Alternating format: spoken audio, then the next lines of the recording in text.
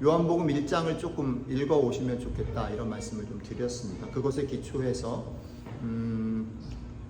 요한복음에는 크게 보면 복음서가 예수님에 대한 얘기를 이렇게 전개하는 그런 방법이 좀 다 다른데, 특별히 요한복음은 다른 복음서랑 조금 다르게 요한복음 1장에서 아예 그냥 결론을 먼저 얘기를 하고 두 갈식으로 얘기를 진행을 합니다. 예수님 누구냐? 내가 예수님에 대해서 너희에게 얘기할 건데 예수님 누구냐? 보통 복음서는 예수님의 뭐 탄생이라든지 어린 시절 뭐 이런 식으로 해가지고 쭉 연대기적으로 쭉 따라가는 그런 형태를 많이 취하는데, 요한복음 그렇게 시작하지 않고 요한복음 1장에 예수님은 하나님이시고 하나님과 함께 계셨고 그 예수님 때문에 온 세상이 만들어졌고 그 예수님께서 이 땅 가운데 오셨습니다 라고 선언하고 시작을 합니다. 그리고 그것을 다시 사실은 요한복음 전체 속에서 다시 요한복음이 얘기하려고 하는 방법으로 우리에게 다시 설득해 나가는데, 그 큰 축이 두 개인데, 하나는 뭐냐면 우리가 요번에 보려고 하는 7가지 표적 얘기입니다. 그러니까 예수님께서 이 땅에서 기적이라고 얘기하는, 미러클이라고 얘기하는, 우리가 상상하기 좀 어려운 그런 문제들을 해결하신 그런 장면들이 7번 나오는데, 다른 복음서에는 이거를 그냥 미러클, 기적이라고 번역을 했지만 요한은 특별히 이 7번의 사건을 표적이라는 단어, 사인, 헬라어로 말하면 뭐 세메이온 뭐 이렇게 얘기할 수 있겠는데, 표적이라는 단어로 일부러 사용해서 7번을 나열합니다. 그래서 이 7번을 통해서 결국은 요한이 하려고 하는 거는, 제가 원고를 미리 나눠드렸지만 뭐냐면 이 사건들 하나하나가 그냥 너희가 기대하고 원하는 것이 능력이 있는 어떤 존재에 의해서 이루어졌다, 기적 같은 일이 벌어졌으니까 그 기적을 베푼 사람이 되게 능력이 있다라는 걸 보여주는 사건이 아니라, 이 사건들 하나하나를 통해서 마치 우리가 이렇게 운전을 하며 가다 보면 이렇게 표시판이 있죠. 여기서부터는 벨몬트입니다. 여기서부터는 알링턴입니다. 그러니까 여기 엑짓에서 내리십시오. 이렇게 표지판을 보고 우리는 내리죠. 그런데 우리가 생각할 때 그 표지판이 알링턴이라고 생각하고 그 표지판이 캠브리지라고 생각하는 사람은 없습니다. 그러나 그 표지판은 여기서부터 여기로 빠져 들어가면 내가 원하는 그 목적지인 벨몬트 우리 집에 갈 수 있구나. 여기로 들어가면 이 표지판을 따라서 가면 내가 원하는 캠브리지 하버스퀘어에 갈 수 있구나 라고 아는 것이죠. 그러니까 그 표지판의 목표는 존재 자체는 아니지만 그 표지판을 통해서 가르치려고 하는 어떤 목표를 향해서 우리를 인도하는 그런 역할을 한다라는 거죠. 그러니까 이 사건들이 요한복음이 얘기하는, 모아서 7번 얘기하는 이 사건들 하나하나는 결국은 무언가를 가르치는 표지라는 거죠. 그러니까 제가 그렇게 말씀을 드렸습니다. 이 사건들 하나하나를 볼 때 두 가지를 좀 조심해서 보자. 하나는 뭡니까? 이 사건을 통해서 이게 뭘 가르치는지, 손을 보지 말고 손이 가리키는 달을, 손이 가리키는 해를, 손이 가리키는 어떤 것을 보자. 그것은 요한이 1장에서 단도직입적으로 얘기하는 것처럼 예수 그리스도 그가 누구인가를 얘기하는 겁니다. 예수 그리스도가 어떤 분이시길래 이런 일을 하는가, 예수 그리스도가 어떤 분이길래 이런 일을 하고 그가 하신 이 일은 예수 그리스도 자신의 성격일 뿐 아니라 예수 그리스도가 이 땅 가운데 이루시기를 원하시는 하나님의 나라가 어떤 곳인지를 보여주는 표지라는 거죠. 그것을 보면서 우리가 예수님 이런 분이구나 새롭게 깨닫고 주목해서 보아야 한다라는 거죠. 그리고 그분이 이 땅 가운데 만들기를 원하셨던, 이 땅 가운데 보여주기를 원하셨던 하나님의 나라가 어떤 것인지를 보아야 한다라는 거죠. 그 다음에 또 하나는 뭐냐면, 오늘 이제 그 얘기를 좀 드릴 건데, 거기서 끝나는 게 아니라 예수님이 어떤 분이고 예수님이 어떤 나라를 우리에게 보여주기를 원하셨는가를 우리가 바라다 보면 뭘 알 수 있냐면, 그게 그 하나님의 나라가 그 예수님이라는 존재가 나랑 무슨 관계가 있는지를 질문해야 한다라는 거죠. 이 땅 가운데 예수님이 오셨어요. 이 땅 가운데 예수님이 하나님의 나라를 보여주셨어요. 그런데 그럼에도 불구하고 그게 나랑 상관이 없으면 아무 일이 없는 거예요. 오늘은 그 얘기를 조금 하면서 7가지 얘기를 우리가 어떻게 볼 것인지를 한 번 더 정리를 좀 하려고 합니다. 금방도 말씀드렸던 것처럼 요한은 요한복음 1장을 시작하면서 예수님이라는 분은 하나님이시고 하나님과 같이 계셨고 그 하나님이신 예수님 때문에 이 세상이 만들어졌다라고 얘기를 합니다. 그런데 재밌는 게 뭐냐면 그 하나님이신 예수님께서 중요한 거는 하늘에 계시지 않고 이 땅에 오셨다라고 말합니다. 그러니까 이게 복음이 얘기하고자 하는, 성경이 얘기하고자 하는 기독교가 가지고 있는 대단히 중요한 특징입니다. 우리는 기독교 신앙이 아닌 사람들도 우리가 인간이 아닌 어떤 존재들을 두려워합니다. 그렇죠? 그래서 무서워하고 내 삶에 어떤 어려운 일들이, 내가 예상치 못한 일들이 생겼을 때 두려움을 가지고 빌기도 하고 소원을 말하기도 합니다. 그렇죠? 그런 면에서는 기독교가 일반 종교랑 크게 다르지 않아 보입니다. 그러나 기독교가 다른 지점 하나는 뭐냐면 그렇게 우리와는 존재가 다르고 우리의 삶 자체를 주관하시는 어떤 우리와는 차원이 다른 어떤 존재가 계실 뿐 아니라 기독교에서는 그 존재가 이 땅 가운데 오셨다라고 말합니다. 그 하나님은, 그 이 땅 가운데 오신 예수님은 막연한 존재가 아니라는 겁니다. 어떤 것을 좋아하시고 어떤 분이신지가 흐릿하신 분이 아니라는 겁니다. 그렇기 때문에 우리의 기도나 우리의 믿음 역시 그냥 추상적이고 일반적이고 그냥 착하면 돼, 그냥 내 양심에 맞추면 돼가 아니라 그분이 보여주시는, 그분과 내가 관계해서 믿음의 눈으로 이 땅 가운데 오신 그 하나님, 그 하나님으로 오신 예수 그리스도의 삶의 모습을 보면서 내 삶을 늘 비춰 보아야 하는 것이라는 겁니다. 기독교 신앙은 여기서 되게 큰 차이를 나타냅니다. 그런데 그런 면에서 기독교 신앙은 감추어져 있거나 신비한 것이 아니라 우리가 살아가는 삶, 역사 속에 그대로 드러난 것을 우리는 믿습니다. 그게 예수님이죠. 자, 그런데 오늘 요한복음 1장을 쭉 따라가다 보면 되게 재밌는 게 뭐냐면 태초에 말씀이 하나님과 같이 계셨고 그 말씀이 이 땅 가운데 오셨는데 놀라운 건 뭐냐면 그 하나님이 이 땅 가운데 다 보여달라고 하니까 하나님을 보여주면 나는 믿겠다라고 얘기하고 하나님이 이걸 원하시면 나 그거 따르겠다라고 얘기해. 오케이, 니네가 그래? 그러면 내가 보여줄게. 그리고 오셨어요. 오셨는데 요한복음이 얘기하는 건 뭐냐면 보여달라 그래서 오셨는데 사람들이 오신 그분을 못 본다는 거예요. 오신 그분을 못 봐요. 여기가 되게 중요한 갈라지는 부분이에요. 교회를 오래 다니신 여러분들 한번 생각해 보십시오. 저는 목사 아들이고 지금도 목사 노릇을 하고 있지만 신앙에 대해서 이런 생각을 많이 한다는 말입니다. 어려서부터 듣고 배운 게 너무 많아요. 내가 좋아하고 사랑하는 우리 아버지가 해줬던 말들, 살았던 삶의 모습들을 보면서 내 몸에, 내 삶에, 내 생각에 이미 되게 신앙은 이런 거야 라고 생각하는 게 너무너무 많아요. 그것에 입각해서 우리는 기도도 하고 예배도 드리고 신앙생활도 해나갑니다. 어떤 사람에게는 그것이 주일날 꼬박꼬박 예배 시간을 지키고 헌금을 하고 교회를 열심히 다니는 것일 수 있어요. 또 어떤 사람에게는 기적같이 자기의 삶에 찾아온 기적을 베푸시는 그 하나님 앞에 맨날 두려워서 그 하나님이 뭘 원하시는가 전전긍긍하며 사는 것일 수 있어요. 또 어떤 사람은 그런 것과 상관없이 자기 삶에 그냥 나는 내 마음에 언젠가 정리가 된 게 있어. 그것대로 살아가는 사람도 있어요. 다 사람마다 다 다르지만 무언가 우리는 각자 알게 모르게 내 삶의 어떤 기준들을 가지고 그것이 하나님이고 그것이 신앙이라고 생각하며 산단 말이에요. 그런데 성경은 이 도전을 하는 겁니다. 너희가 믿고 따르고 지금 너희가 하나님을 믿는다, 너희가 이 땅 가운데 온 예수 그리스도를 믿는다라고 말할 때 그게 정말 제대로 보는 거니? 라고 물어본단 말이에요.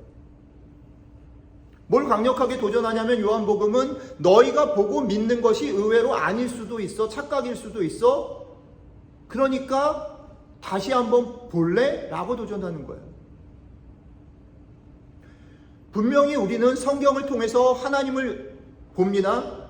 예수 그리스도를 봅니다. 그분이 어떤 분이신지를 봅니다. 그러나 봄에도 불구하고 보지 못하는 일들이 비일비재하다라는 거예요. 첫 번째.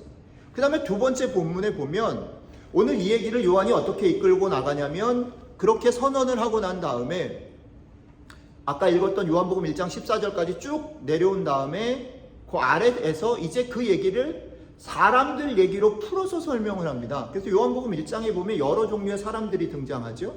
예수님 얘기하다가 갑자기 어디로 점프합니까? 세례요한 얘기로 점프합니다.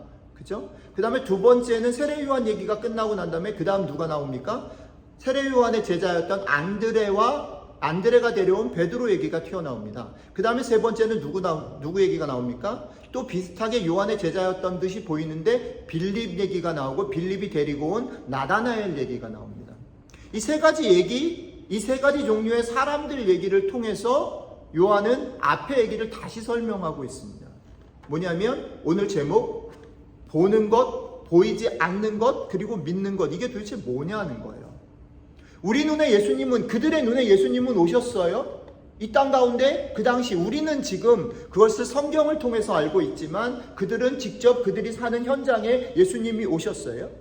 그런데 그 오신 예수님을 똑같이 보고 똑같이 경험했지만 어떤 사람들은 알아채고 어떤 사람들은 못 보고 어떤 사람들은 알아채서 따라가지만 순간순간 또 몰라서 헷갈리고 실수하고 하는 얘기가 요한복음을 구성하고 있다. 복음서를 구성하고 있다. 예수님 당시에 이 땅에 오신 예수님을 둘러싼 사람들의 모습이다라는 얘기를 하고 싶은 거예요.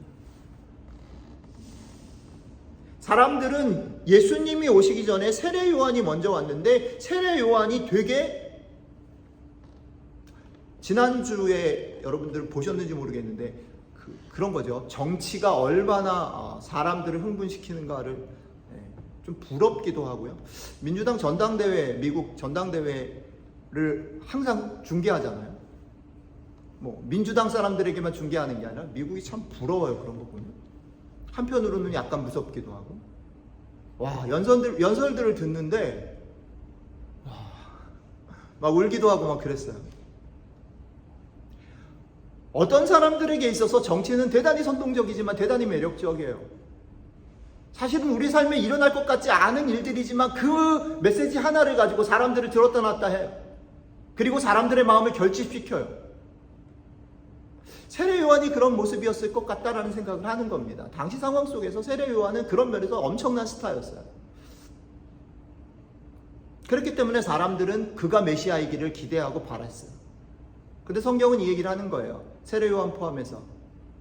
사람들은 자신들의 눈에 보이는 열광할 수밖에 없는 그들의 선명한 말들, 선명한 삶의 모습들을 보면서 열광하고 그를 메시아로 보기를 원하지만 성경은 그리고 요한은 우리에게 말합니다.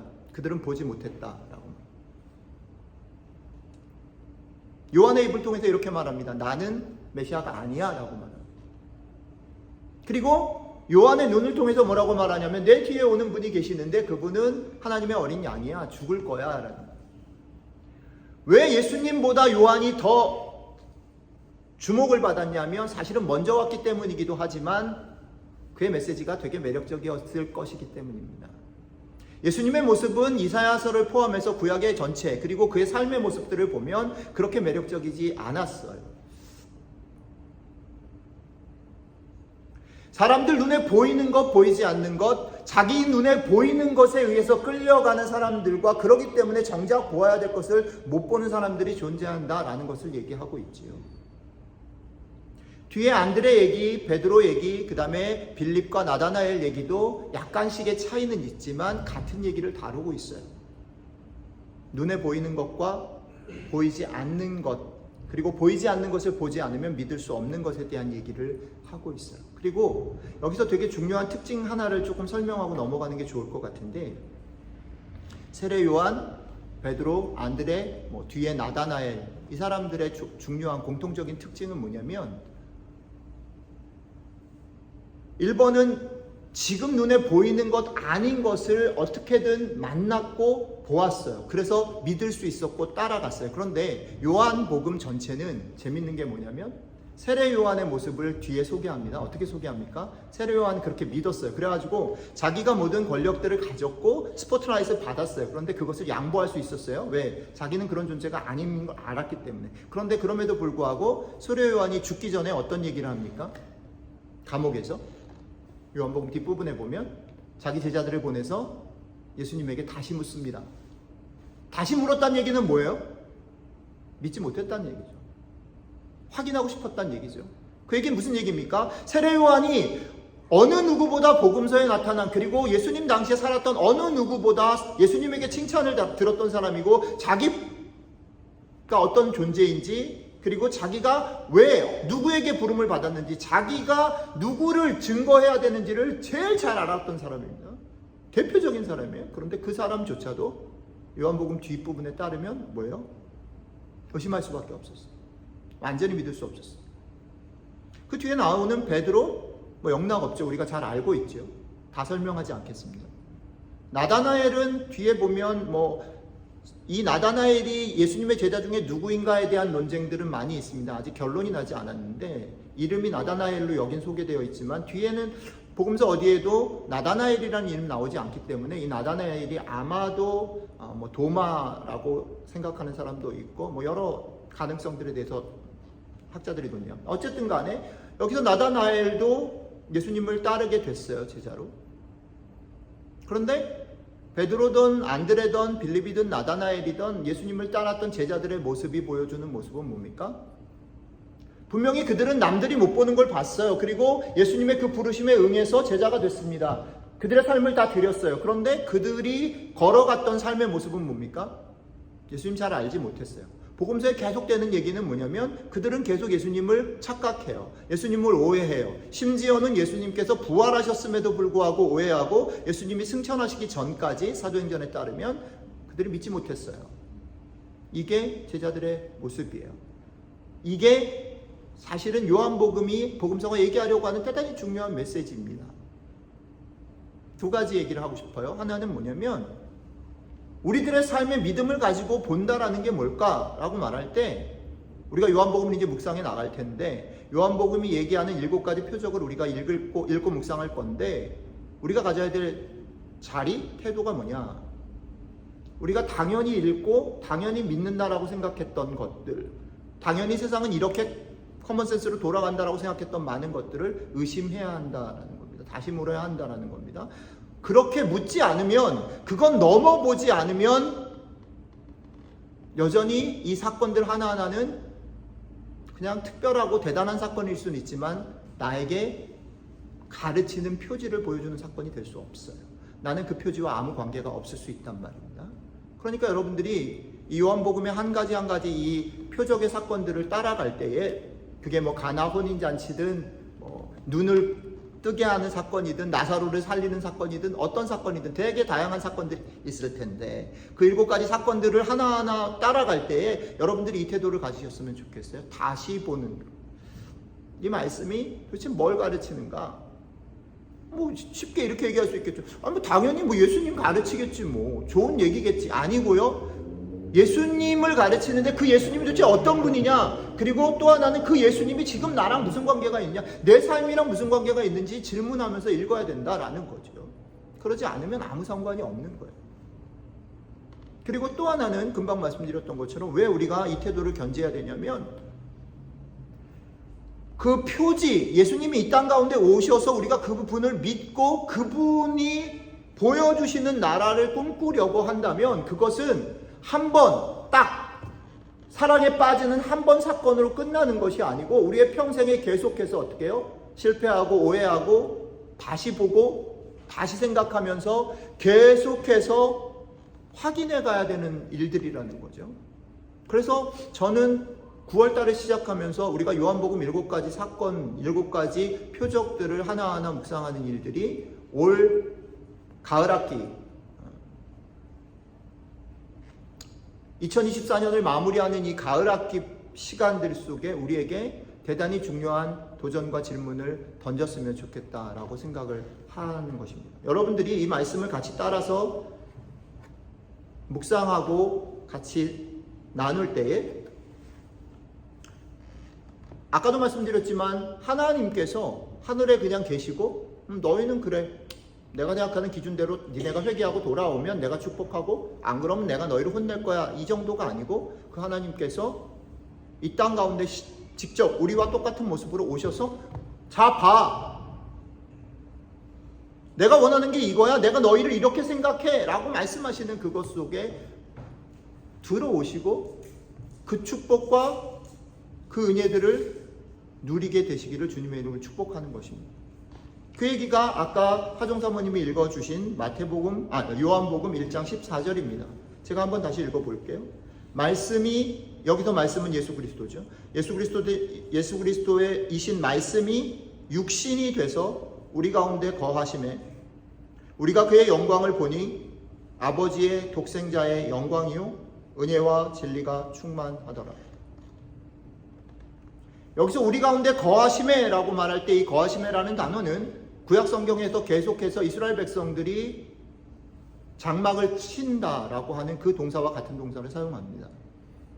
그러니까 이스라엘 백성들이 계속해서 장막을 치는, 텐트를 치는 그것이 예수 그리스도가 이 땅 가운데 오신 것과 같은 일이라는 거죠.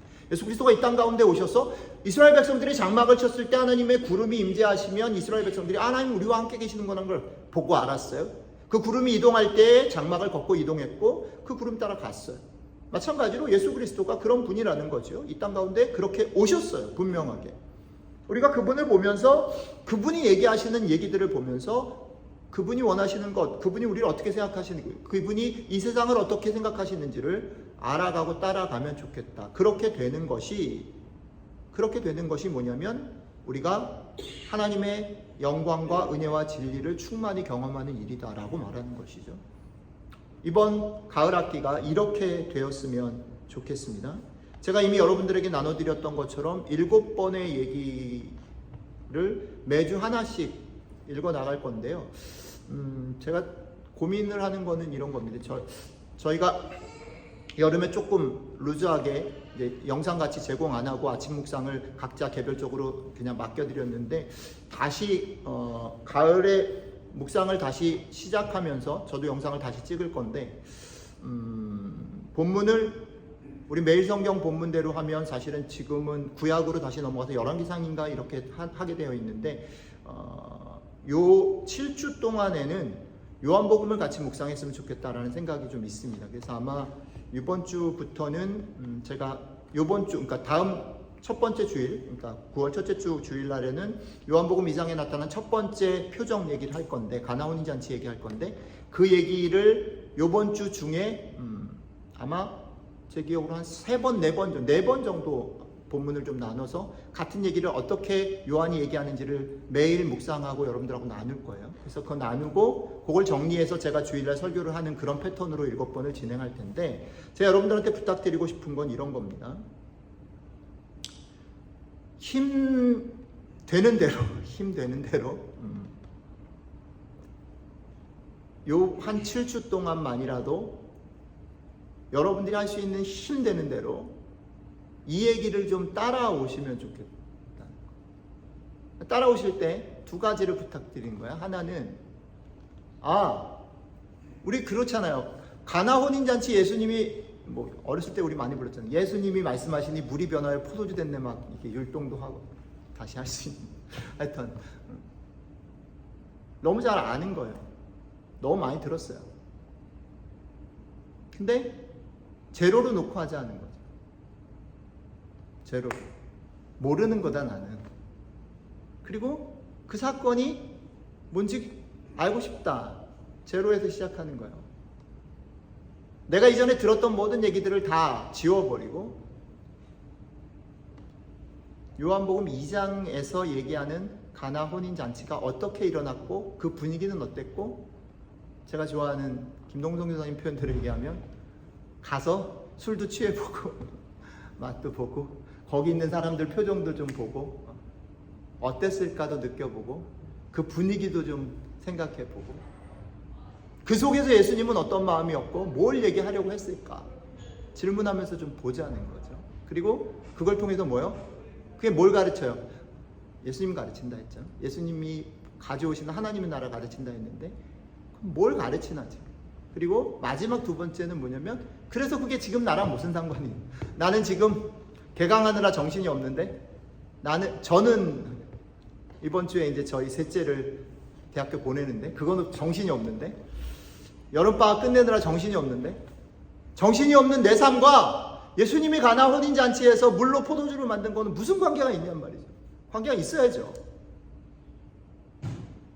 내가 나를 괴롭히게 하고 나를 답답하게 만드는 내 앞에 일어난 사건들과 예수님이 물로 포도주 만든 사건이 뭔가 관계가 있어야죠. 그러니까 그게 관계가 있어야 믿는다는 게 힘이 있는 거잖아요. 그죠? 이건 이거고 이건 이거라면, 기도할 때는 이거지만 사실은 실제 사는 데는 아무런 관계가 없다면 그게 뭡니까? 그런 건 돼서는 안 되죠. 우리들의 모든 삶에 주님이 이 땅에 오셨다라는 말은 우리들의 모든 삶에 주님이 어떻게 사는 건지, 너가 주님을 믿고 산다라는 게 무엇인지를 보여주셨다는 말인데, 그게 여러분들과 제 삶에도 그렇게 각각 다르겠죠. 똑같은 정답은 없을 거라고 생각해요. 그러니까 여러분들에게 부탁드리는 거예요. 목사가 주일날 얘기하는 것은 목사가 개인적으로 고민하고 생각하고 말씀을 묵상하면서, 그리고 교회의 식구들을 생각하면서 이게 우리 교회는 이렇겠구나 라고 얘기하는 것이겠죠.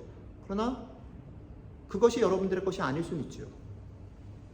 그렇기 때문에 여러분들도 같이 그 일들에 걸음을 맞춰주셨으면 좋겠다는 것입니다. 오늘 말씀을 정리하면서 이런 질문을 요한은 우리에게 던지는 것 같습니다. 여러분들은 무엇을 보고 있느냐? 정말 보고 있느냐? 여러분들은 여러분들이 보는 것을 믿고 있느냐?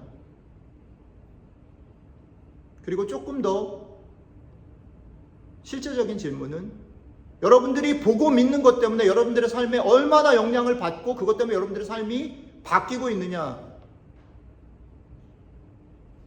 이 질문을 앞으로 7주 동안 여러분들과 제가 말씀과 씨름하면서 같이 던질 때에 우리 주의 성령님께서 우리가 묵상하는 시간들, 우리가 말씀 나누는 시간들 속에 함께 하셔서 요한복음 1장 14절에 얘기하는 것처럼 우리의 묵상과 우리의 고민과 우리의 질문 속에 하나님의 은혜와 진리가 충만하는 축복을 주실 것을 믿습니다. 여러분들과 제가 그렇게 7주를 보내기를 바랍니다. 같이 잠깐 기도드리도록 하겠습니다.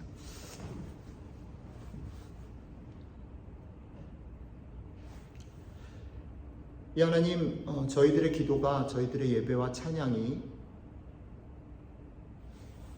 이곳 교회를 넘어서기를 원하고, 우리들이 아파하고 우리들이 힘들어하고 우리들이 연약해하고 우리들이 답답해하는 그 삶의 자리, 거기에서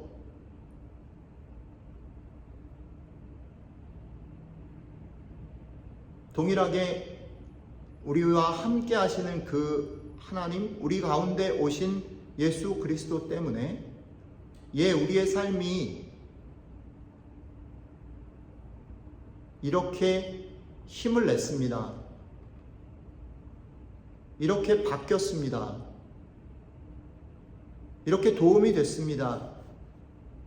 같이 고백하는 한 주, 또 요한복음을 같이 묵상하는 7주가 될 수 있으면 참 좋겠습니다.